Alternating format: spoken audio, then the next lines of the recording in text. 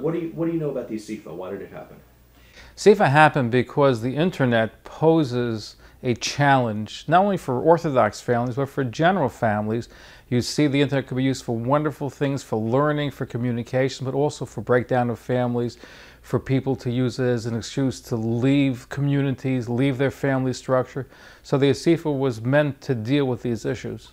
Do you think that the internet, more than any other technological advances over the ages, has the ability to undermine the Jewish fabric that we know of? In the Orthodox community, more in the Haredi community, television was a problem. They felt the influence could change.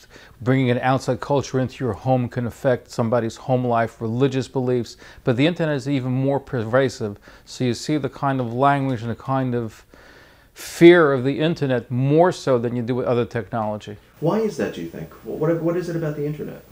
Internet is more interactive. I think that's the key, because you're able to, within your own home, nobody's around. You have families that have been broken up by people going on social sites and communicating. So more than television, more than even the telephone, the internet has created a bigger challenge. And why, explain for those who don't know, what are the fault lines? What holds these Jewish communities together that could be undermined by the internet?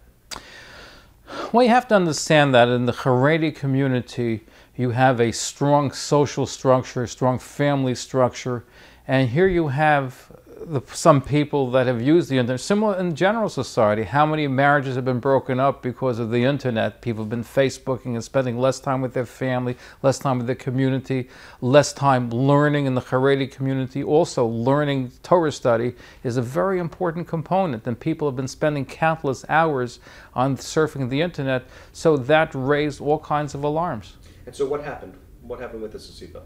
So basically speaking, even before the rally, the ASIFA rally, there have been movements, ads in newspapers, proclamations made that people should not use the internet. People shouldn't use smartphones. People should use what's called a kosher phone, which has no internet connection, because they were afraid that people would be abusing using the internet. Again, not everybody uses that, but there are people who will not even have a BlackBerry. They'll use only what's called the so-called kosher phone. For that very reason, there's a fear that this outside connection may lead people astray. What is a kosher phone?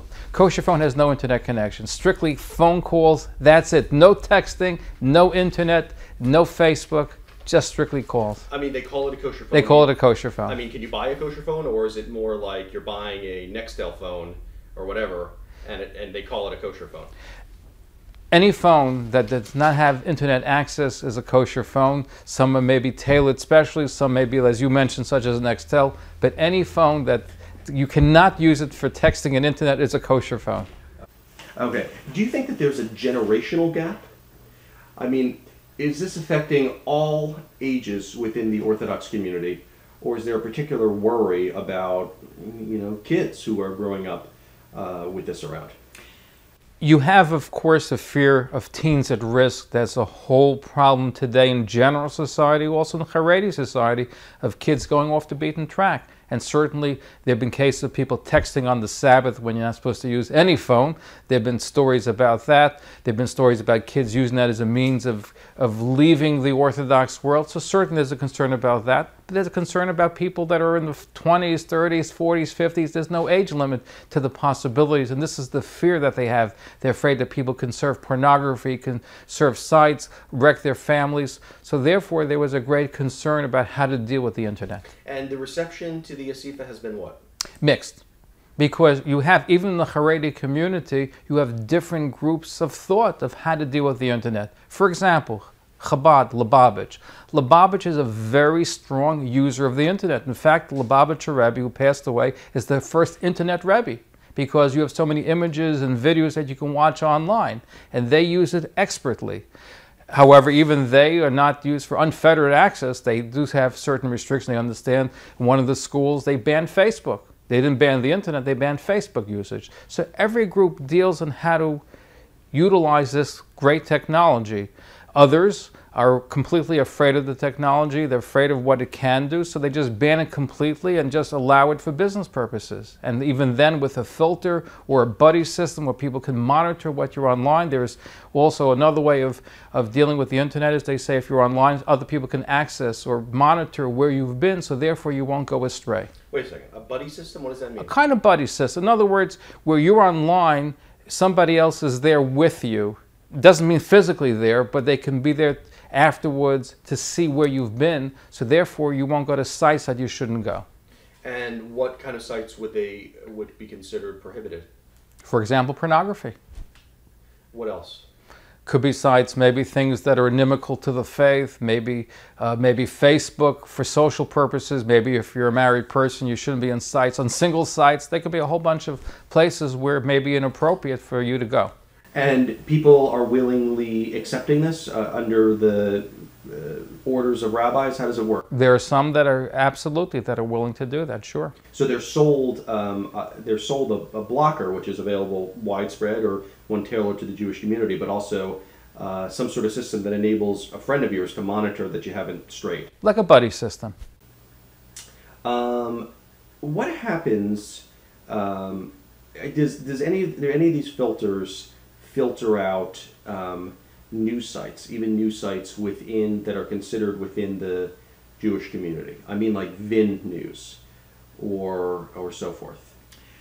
I'm not familiar with any of them that have filtered out the venues, but technically speaking, you can put, and a filter could be filter anything that you tell it to. However, from my understanding, these filters have certain keywords or code words that they filter out. I'm not aware of them banning out certain blogs such as VIN News. Why was VIN News banned, if you will? Let me show you one of his, a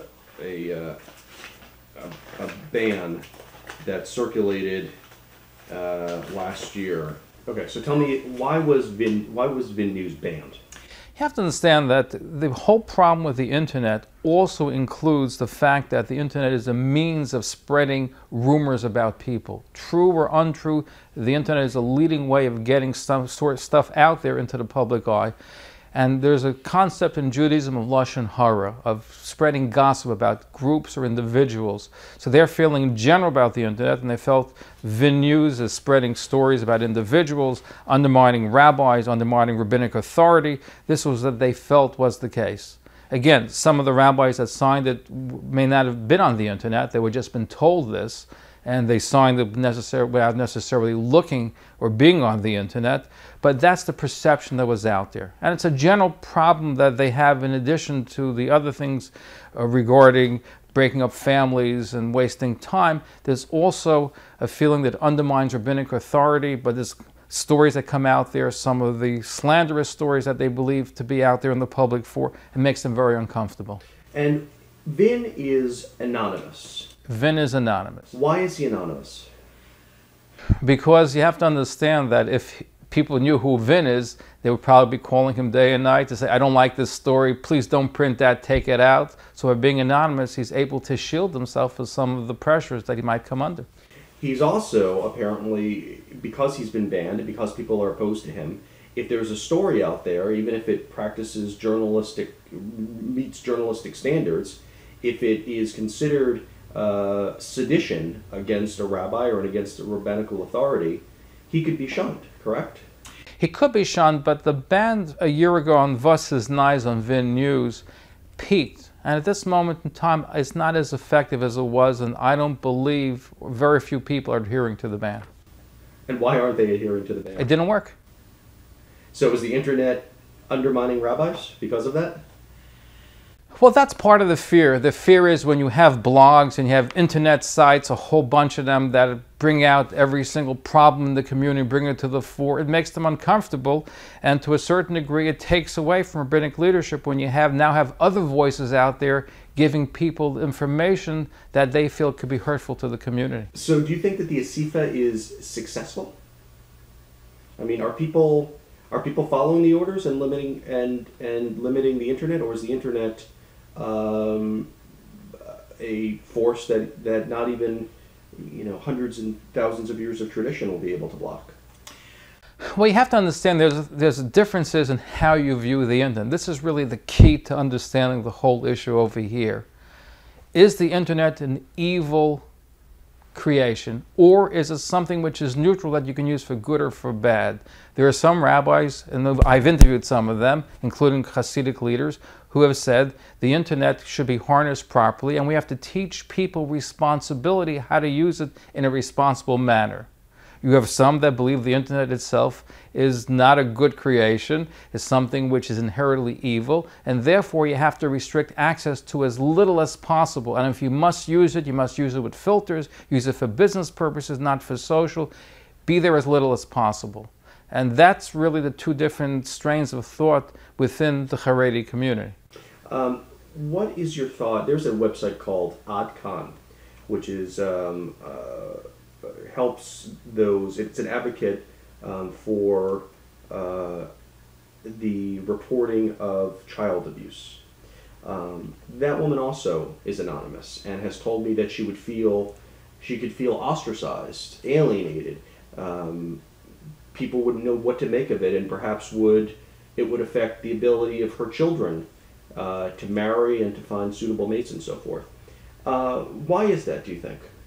Why is she anonymous? You have to understand one thing, is that if somebody goes public and is perceived to be attacking rabbis, rabbinic institutions, whether they're right or wrong, if they're perceived to be such, can lead to a situation where members of the community may want to disassociate themselves from them. They feel they're undermining the community, airing dirty linen in public. Some of it may be factual, some of it may not. You see, the key with child abuse and the abuse stories is that there's also a fear that by spreading these stories on blogs and online, there are people who may be accused of doing these things. Some of them might be guilty, some of them might be innocent. And once you attack them before due process is in place, their reputations are ruined forever. Even if they're vindicated in a court of law or in the public eye, the damage is done. That's a fear that they have.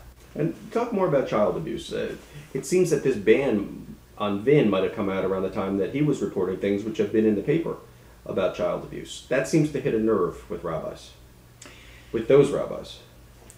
It hits a nerve, but I think it goes beyond that. I think it's in general is the power of the internet, and it's not just Vin. You have a lot of blog sites, a lot of stories that get disseminated on the internet that challenge authority. Some of them attack rabbis in language that shouldn't be used. You see that, and those are things which they're upset about. It's sedition, essentially. It's a challenge to their power. And some of the blogs, yes, Vin was different because he didn't have the same kind of language as some other blog sites. I think he was a lot more careful in what he did, but he was popular. Vin is and was extremely popular. Why is he popular? Because he has lots of news, good news items. I go to Vin because they have a lot of interesting stories. And is it different than what the news that you can get in any other website?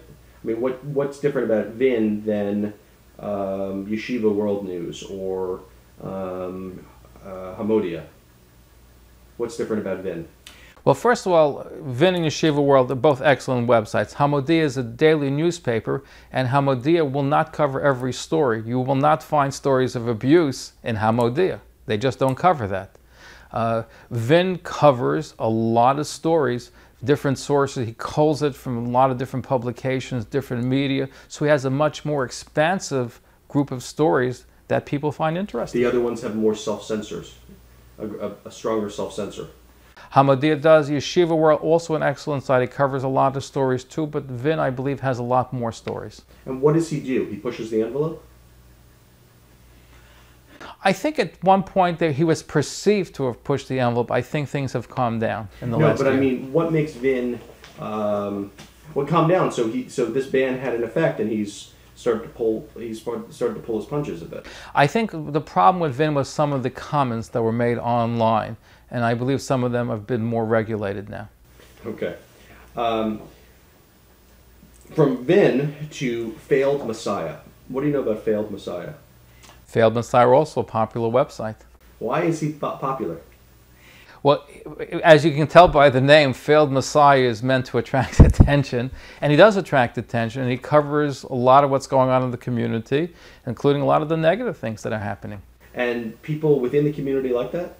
Do they feel... Whether they like it or not, they like reading it. There's a difference. Why do they like reading it?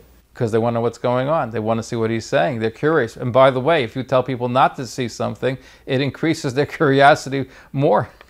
Even if a rabbi says it? Even if a rabbi says it, it will increase people's curiosity. Okay. How influential was Failed Messiah? Failed Messiah has been quoted by a lot of regular media, including New York Times and New York 1. Right. So he certainly has an influence.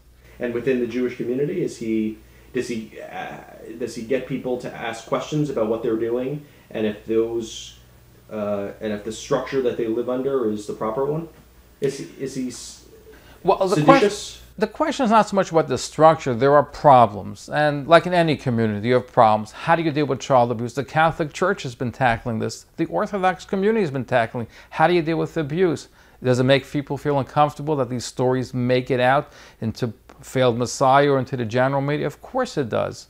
But it's the opinion of a lot of people that when these stories come to fore, it makes changes take place where now molesters the whole issue of child molestation is taken to a new level where people are paying a lot more attention and not allowing and not tolerating things that they've tolerated in the past. This is true of general society.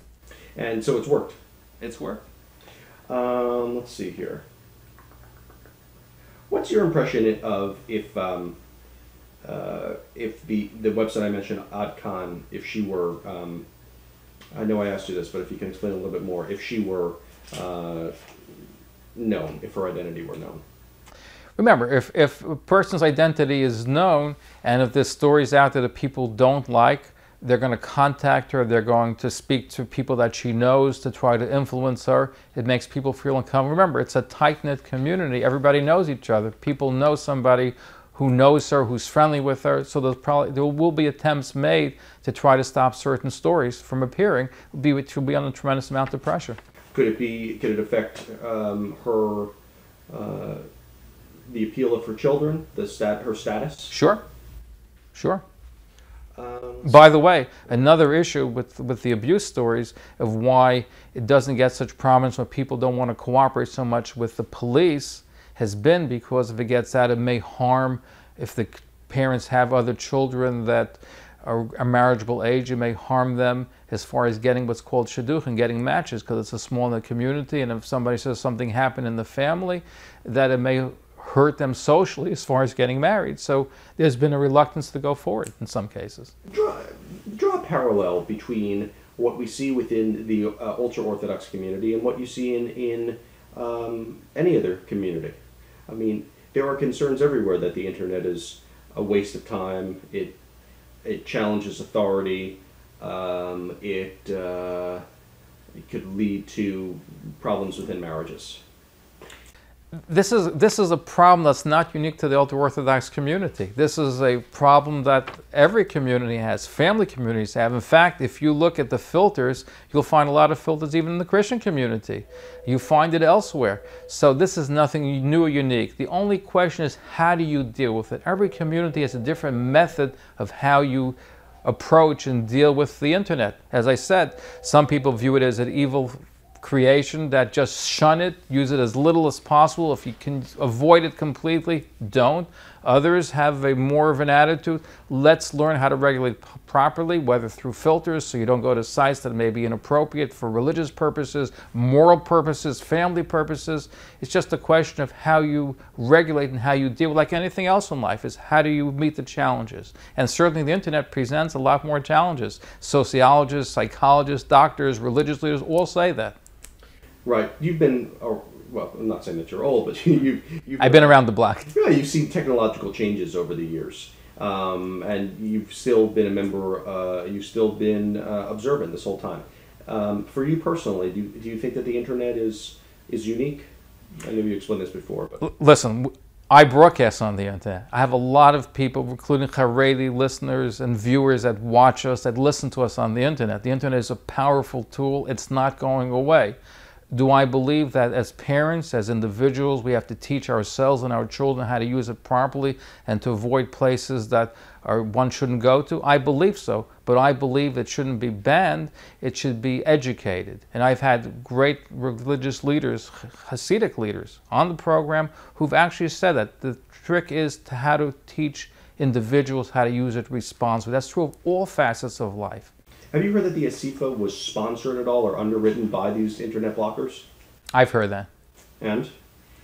It's quite possible. Listen, the millions of dollars were spent on the ASIFA, and from what I've heard, there were people that promoting internet filters that were sponsors of the ASIFA. Right. Is there a conflict of interest there? I think there was a confluence of interest there. Because here you had rabbis that don't like the internet, but realize that for certain purposes, even they will allow it under business purposes, but the only way to do it would be with filters. Yeah. So I think there was a confluence of interest. However, at the ASIFA, originally, from what I understand, there was supposed to be booths of these providers of internet filters, and from what I understand, that didn't take place at the ASIFA. They've gotten literature, but they weren't booths. They weren't exhibits of it there. Why was that? I'm not sure why at the last moment that they changed their mind.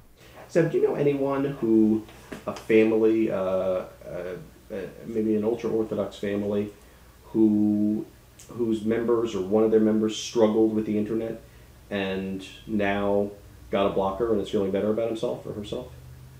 You hear stories that families put filters on, they feel better about it. Remember, it's an issue for children of also a lot of things pop up on your computer. Even if you're there and you supervise it, a filter is just another means of making sure that, especially when you have children, that they don't go to sites or things don't pop up on the computer that you don't want your kids to see.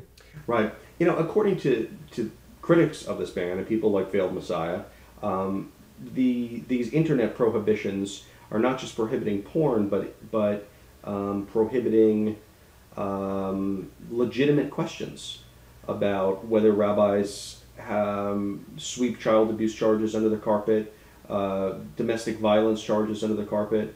It's a way for them to retain power over, despite moral evidence to the contrary. Well, the abuse story is something which you don't even need the internet. You can have newspapers, you can have radio, there are a lot of other means that this story can get out. And it has gotten out over the past. The internet is relatively new to some of the stories. Society has changed. Society doesn't tolerate what they tolerated 10 years ago, including in the abuse stories. People are morally repulsed when they see religious leaders abusing children or covering up that kind of story. So society has changed in that sense, and therefore the internet is just reflecting the reality of society. So you don't feel, I spent some time with Veiled Messiah, and he has all sorts of threats, hate mail. He arms himself because he challenges authority. I'm wondering if you can react to that. Listen, every website and every blogger has their own agenda. And Veiled Messiah, obviously from your conversation with him, has his agenda, and he's looking to uncover a lot of what's wrong in the community. Other websites are not so much looking to attack the community as opposed to bringing things to the fore that the things should change for the better. All different perspectives out there. The internet gives different forums for different ideas, people with different agendas, different ideas to go forth. The internet is a game changer because now more people have access to a lot more information than ever before. It's faster and faster, and it can be on your BlackBerry and your cell phone in moments, and things get out there.